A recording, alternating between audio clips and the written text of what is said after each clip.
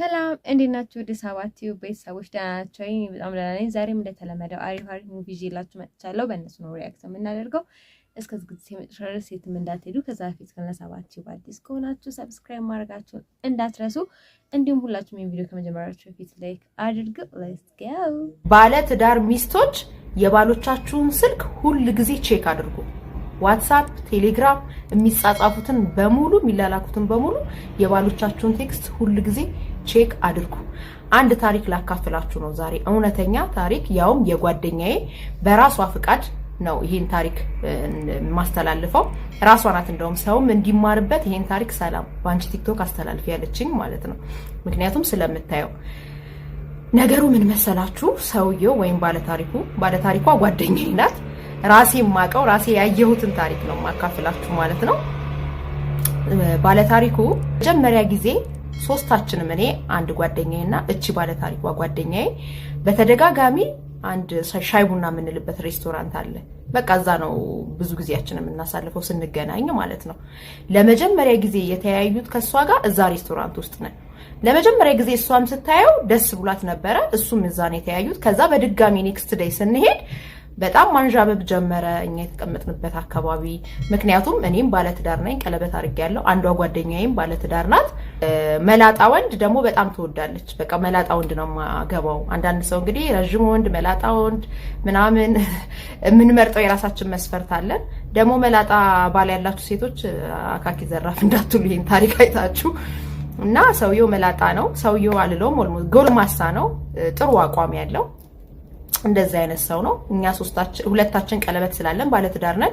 እኛ ደግሞ እሷ ከውስጣችን ስላላገባች በጣም ትዳር እንድትይዝ ስለምንፈልግ በማንኛውም ሰዓት ከወንድ ጋር ግንኙነት እንዲኖራት ትዳር እንድትይዝ ስለምንፈልግ እንደዚህ አይነት ነገሮች ሲመጡ ፑሽ ነው የምናደርጋት ማለት ነው። መጨረሻው ታሪክ እስከተፈጸመበት ድረስ ማለት ነው። እዛው ሬስቶራንት ውስጥ ሲተያዩ ሃይ መባባል ጀመሩ። በጣም ሰላም መባባል ጀመሩ። ከዛ ፋይናሊ የመጨረሻው ቀን ምን ተፈጠረ መሰላችሁ? ወክ እያደረግን እየሄድን በጣም እኮ የሚገርም ነው። እየሄድን እያለ ከኋላችን እንደነበረ እኔም ሁላችንም እሷም አይተነዋል ማለት ነው። በቃ ኤአይ ነው የመሰለኝ፣ የዛለት የሆነ መንፈስ ነው የመሰለኝ ማለት ነው። ከመቅስፈት ከኋላችን የነበረው ሰውዬ ተሻግሮ አቋርጦ መጥቶ ከፊት ለፊታችን መጣ ማለት ነው። እንደዚህ ከፊት ለፊታችን መጣ። በቃ ዋው ነው ያልነው። በቃ እንደዚህ አንቺን ለማግኘት እንዴት ነው የተጣደፈው? በቃ ቤት መጥቶ ነው ፊት ለፊታችን የቆመ ብለን ደንግጠን እኛ ሄድን። ከሷ ጋር ቆሙ፣ አውሩ፣ ስልክ ተለዋወጡ። በጣም ደስ አለን። እውነት ነው ኢንጌጁን ላይ ያደረገች እስኪመስለን ድረስ ነው ደስታችን ማለት ነው። ምክንያቱም ትዳር ትፈልግ ነበረ፣ ጥሩ ሰው ትፈልግ ነበረ። ሰው ደግሞ ሳይተያይ አይጋባም አይደለ እንዴ? መጀመሪያ ከመተያየት ነው የሚጀምረው። ስለዚህ መተያየት ሲጀምሩ፣ መግባባት ሲጀምሩ፣ ሃይ መባባል ሲጀምሩ እኛም ደስ አለን፣ እሷም ደስ ብሏታል በጣም ማለት ነው። ከዛ በኋላ ስልክ ተቀያየሩ። ልክ ስልክ ተቀያይረው ትንሽ ካወሩ በኋላ መንገድ ላይ እኛ እየጠበቅናት ነው ተሻግረን። ከዛ ስልኩን ተቀብላ ወደኛ መጣች። በቃ ስልኩን ተቀበልኩት በጣም ደስ ብሎኛል ምናምን ነገር ነው ያለች። እሷ ራሱ ኤክሳይትድ ሆናለች በጣም ማለት ነው፣ ማንኛውም ሰው እንደሚያደርገው ማለት። ከዛ በኋላ ምን ይሆንላችኋል? እየሄድን እያለ ስልኩን ቴሌግራም ላይ ካላየሁት ትልና ቴሌግራም ላይ ሴቭ ታደርግና ቴሌግራም ላይ ገብተን ለማየት ስንሞክር ፎቶ ፒክቸር ቴሌግራም ላይ አልመጣልን ይላል። ስሙን ሴቭ አድርጋ ነው የነገራትን ስም ሴቭ አድርጋ አልመጣልን ይላል። ስትደውልበት ግን በትሩኮል ያወጣል ስሙን፣ ትክክለኛ ስሙን የነገራት በርግጥ። ከዛ በኋላ ቴሌግራም ላይ አልወጣልን ብሎ ተቸገረን። በኔም ሴቭ አድርጌ ሞከርኩት፣ ቴሌግራም ላይ ያወጣም፣ ባንደኛው ጓደኛዬም ቴሌግራም ላይ ያወጣ። ከዛ ምንድነው ይሄ ነገር ብለን በቃ ቁጭላ አላልን። መንገድ ላይ ነው ለምናደርገው፣ እሱ ሄዷል ማለት ነው። ከዛ በኋላ ቶሎ ብለን ማየት ጀመርን፣ መፈለግ ጀመርን ማለት ነው። ከዛ ራሷ ላይ መጨረሻ ላይ መጣላት።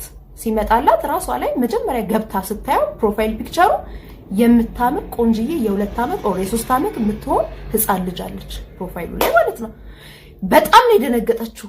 እናንተ ሰውየው ባለትዳር ነው መሰለኝ አለች። በጣም ደነገጠች ማለት ነው። ኤክስፔክት አላደረገችም። ምክንያቱም በቃ ካምፓስ ያለን እስኪመስለን ድረስ ነው ሁኔታው ሲቁነጠነጥ የነበረው። እንዴት እንደሚያያት እንደነበር እዛ በነበረው ቆይታ እዛ እስኪግባቡ ድረስ ስልኩ እስኪለዋወጡ ድረስ በጣም ኤክሳይትድ ሆኖ ነው የሚጠብቃት ምናምን። ሲያያት በጣም ሰላም ይላታል ምናምን።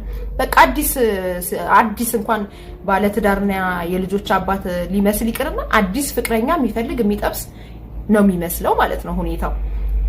እኔም ባይኔ ስላየሁት ነው ይሄንን ያልኩት። ከዛ በኋላ ስልኩ ስታይ የልጁ ምን የመሰለሽ ቆንጅዬ ሴት ልጅ ፕሮፋይል ታገኛለች። ከዛ በኋላ ቶሎ ብለን ማየት ጀመርን ማለት ነው። ከዛ 2 ልጅ እንዳለው አረጋገጥን። ከ2 ልጆቹ ጋር ፎቶ አገኘን። ከዛ ደግሞ ኔክስት ስናደርገው ምን የመሰለች ቆንጅዬ ሚስት ማለት ምንድነው ፍላጎቱ አለን። ምክንያቱም ስልኩን ሲሰጥሽ ይሄንን ነገር እንደምታይ ያውቃል። ስለዚህ ምንድነው ፍላጎቱ ይሄ ሰው እንደዚህ ተሰባብሮ ስልክሽን እስከመቀበል ተሰባብሮ አንቺን እስከማየት እስከመከታተል ይሄን ሁሉ እስከማድረግ ምንድነው ፍላጎቱ? ግራ ገባን። በቃ ኦሬዲ ባለ ትዳርና የልጆች አባት መሆኑን አወቅን። ከዛ በኋላ በዛ መሃል ውስጥ ኦንላይን ሲገባየ ነው ቶሎ ብለን የኔንም የጓደኛዬንም ስልክ ላይ ስልኩን ሴቭ አድርገን እንትን ማለት ጀመርን፣ ስክሪንሾት ማድረግ ጀመርን። ለምን በዛ መሃል እኛ ቶሎ አይተነዋል፣ ቀድመናል። እንግዲህ መንገድ ላይ ነው እሱ እየተራመደ ይሁን አላቅም፣ ደርሶ ይሁን አላቅም ወደ ሄደበት እኛ ወዲያው ስላየነው ነው። እግዚአብሔር ስለሚወዳት ትክክለኛ ትዳር ፈላጊ ስለሆነች ከዛ ወዲያው ይሄ ነገር ይቅርብኝ ብሎክ ላደረገው ነው። እንዴ ልጆች አባት እግዚአብሔርም አይወደው እንደዚህ አይነት ነገር ብላ ብሎክ ላደረገው ነው ስትል እኔ ነኝ እንደውም ቆይ ምንድነው የልጆች አባት ከሆነ ባለ ትዳር ከሆነ ለምንድነው እንደዚህ ያደረገው? ምክንያቱም ማወቅ አለብን። ምን ሊልሽ ነው?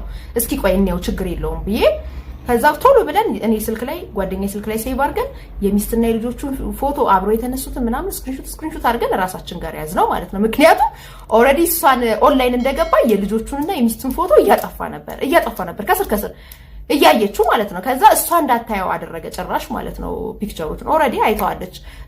በዚህ ቅስፈት ውስጥ መንገድ ላይ ታያዋለች ብሎ አልገመተም ነበር። የቀደምነው ፓርት እሱ ነው። ከዛ በጣም አዘነች። በጣም ደስተኛ ሆና ነበረ። በጣም አዘነች። እንዴት እንደዚህ ያደርጋል ብላ እስኪ ቻት ማድረግ ጀመረ። ሃይ ይሄ ነው ወይ ምናምን ብሎ ሲላት ሃይ ምናምን አለችው።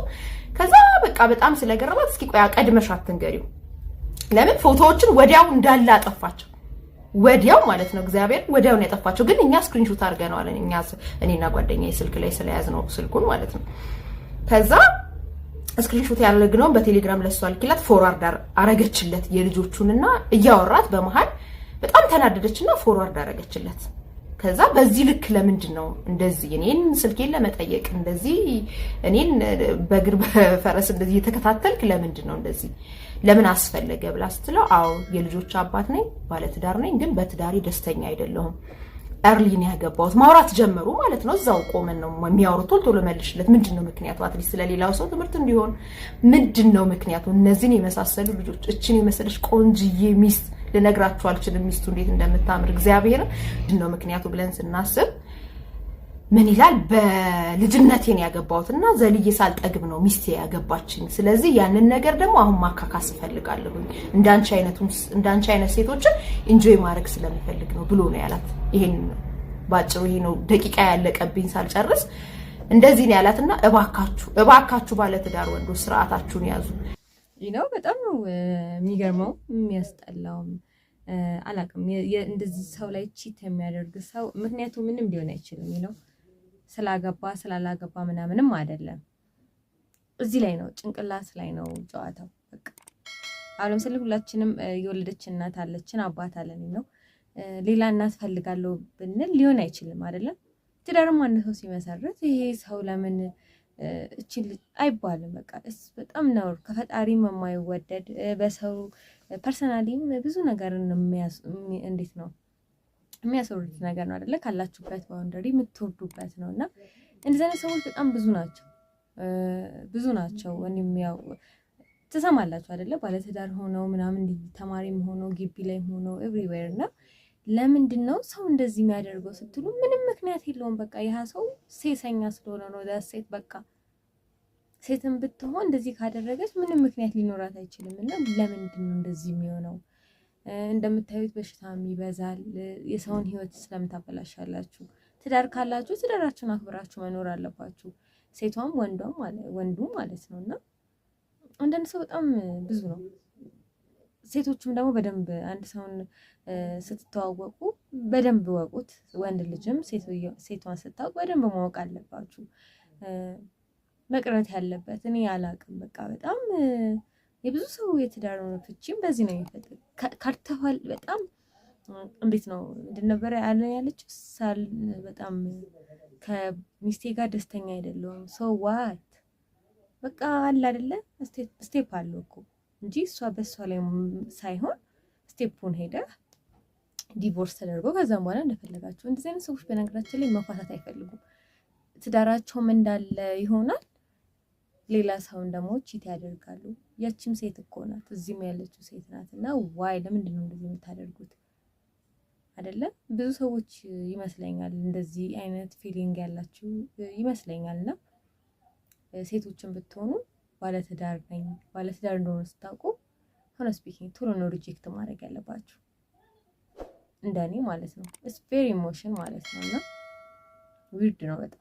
የገዛ ባለቤቴን በገዛ አልጋችን ላይ ከአለቃዋ ጋር ግንኙነት ስትፈጽም እጅ ከፍንጅ ያስኳት ይላል የዛሬው ባለታሪካችን። በማረሚያ ቤት ውስጥ የሚገኘው በወሊሶ ከተማ ተወልዶ ያደገው በጅማ ዩኒቨርሲቲ ያስተማረው እንደዚሁም በበደሌ ቢራ ፋብሪካ ውስጥ ለረጅም ዓመታት መስራት ተዘራ ከሄደበት ስራ እመለሳለሁ ብሎ ሳይናገር ወደ ቤቱ መምጣቱን ሳያሳውቅ ተሽከርካሪውንም በሩቁ አስቆሞም የቤቱን በር ከፍቶ ሲገባ መብራት ሲያበራ በድንጋጤ ከመኝታ ክፍል ውስጥ አንድ ሰው በድንገት መጥቶ በቦክስ መታኝ ይላል። አጋጣሚውን እንደመታኝ ምንድነው ብዬ ሳይ ሰው ነው። ጎንበስ ብዬ ሳየው መቶኝ ነው መልሶ የወደቀው። በቃ አይ ሰው ነው ብዬ አነሳውኝና ፊቴ መታኝ። ደምም እየፈሰሰኝም ስለነበር በአጋጣሚ በደንብም አላስተዋልኩም። ዝም ብዬ በጥይት አንዴ መታሁት። መሳሪያ ይዤ ነበረ። ስመታው እሱ እየተንከባለለ እያለ አጋጣሚ እሷን ባለቤቴ በር ላይ ቁማ ነበረ።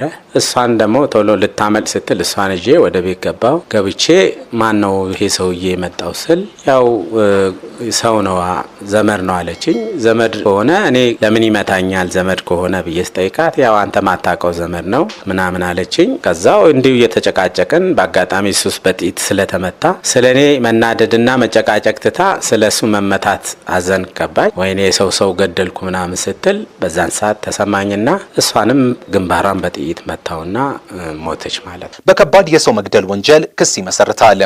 የጅማ ዞን ከፍተኛ ፍርድ ቤት የቀረበውን ክስ በመከታተል ተዘራ አለሙ ላይ የጥፋተኝነት ውሳኔ ያሳልፈዋል። በሁለት ሰዎች ግድያ ጥፋተኛ በማለት በእድሜ ልክ እንዲቀጣ ውሳኔ ተላልፈዋል። ያሳዝናል። በጣም ነው የሚያሳዝነው። የዛሬ ቪዲዮዎች ፎከስ ያደረጉት እንደዚህ ሪሌሽን ውስጥ ምናምን ትዳር ውስጥ ምናምን ነው በአጋጣሚ ነው። እና ሰውን ካልፈለገ አንድ ሰው ላይ ብዙ አማራጮች አሉ።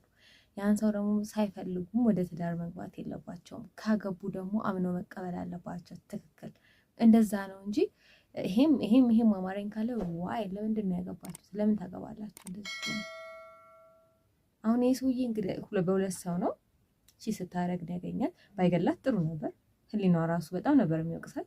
ግን ሆነ እና ለምንድን ነው እዚህ የሚሆነው? ለምንድን ነው በጣም መሰራት ያለበት? በጣም እውነት አሁን ስፔሻሊ አሁን ያለነው ወጣቶች በጣም ብዙ ሰዎች የሚፈሩት ትዳር በዚህ ምክንያት ነው። ፊት በመደራረግ ዲቮርስ በጣም ከመጥላት ነው አይመስላችሁም? እስቲ ሀሳባችሁን ጻፉልኝ። የምር ለምንድን ነው ወጣቱ ትዳር የሚፈራው ብላችሁ ካሳባችሁ ቺቲንግ ምናምን በጣም ስለሚያስጠላ ነው። በቺቲንግ መሀል ደግሞ የሚመጡ በጣም ብዙ ችግሮች አሉ ነው። በሽታ አለ። በቃ ከምንም በላይ ሌላውን ተውት፣ በሽታ አለ።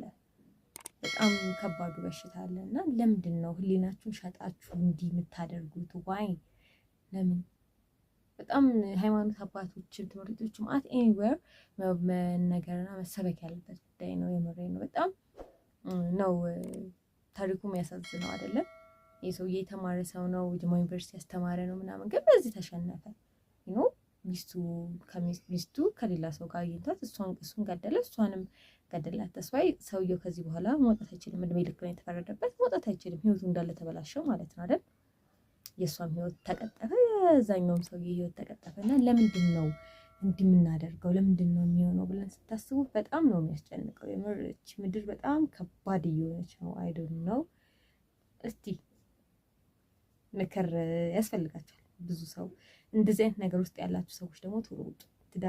ትዳር ውስጥ ያሉ ሰዎች ውስጥ አሁን ለምሳሌ ሴቷ ባለትዳር ሆና አንድ ወንድ እሷን አብሯት ሪሌሽን መጀመር የለበትም። ኮምፕሊትሊ ማቆም ያለበት። ወንድም እንደዛ። ስፔሻሊ ወንዶች በጣም ረፉ አይ ብዙ ይታያልና ፕሊዝ ቢ ኬርፉል ማለት ነው። እሺ ወደ 7 ቲዩብ ቤተሰቦች እንዲህ እያልን መጨረሻ ላይ ደርሰናል። እስከ ዝግጅት መጨረሻ አብራችሁኝ ስለነበራችሁ በጣም ቴንኪው። በዝግጅቶቼ ቁም ነገር እንደጨበጣችሁም በጣም ዘናም እንዳላችሁ አልጠራጠርም። እስካሁን ግን ሰብስክራይብ ካላደረጋችሁ 7 ቲዩብን ሰብስክራይብ አድርጉ። ሁላችሁም ላይክ አድርጉ። ሀሳብ አስተያየት ካላችሁ ደግሞ ኮሜንት ላይ ጻፉልኝ። ለጓደኞቻችሁም ሼር አድርጉላቸው። በሚቀጥለውም አሪፍ ቪዲዮ ይዤላችሁ እመጣለሁኝ። ባይ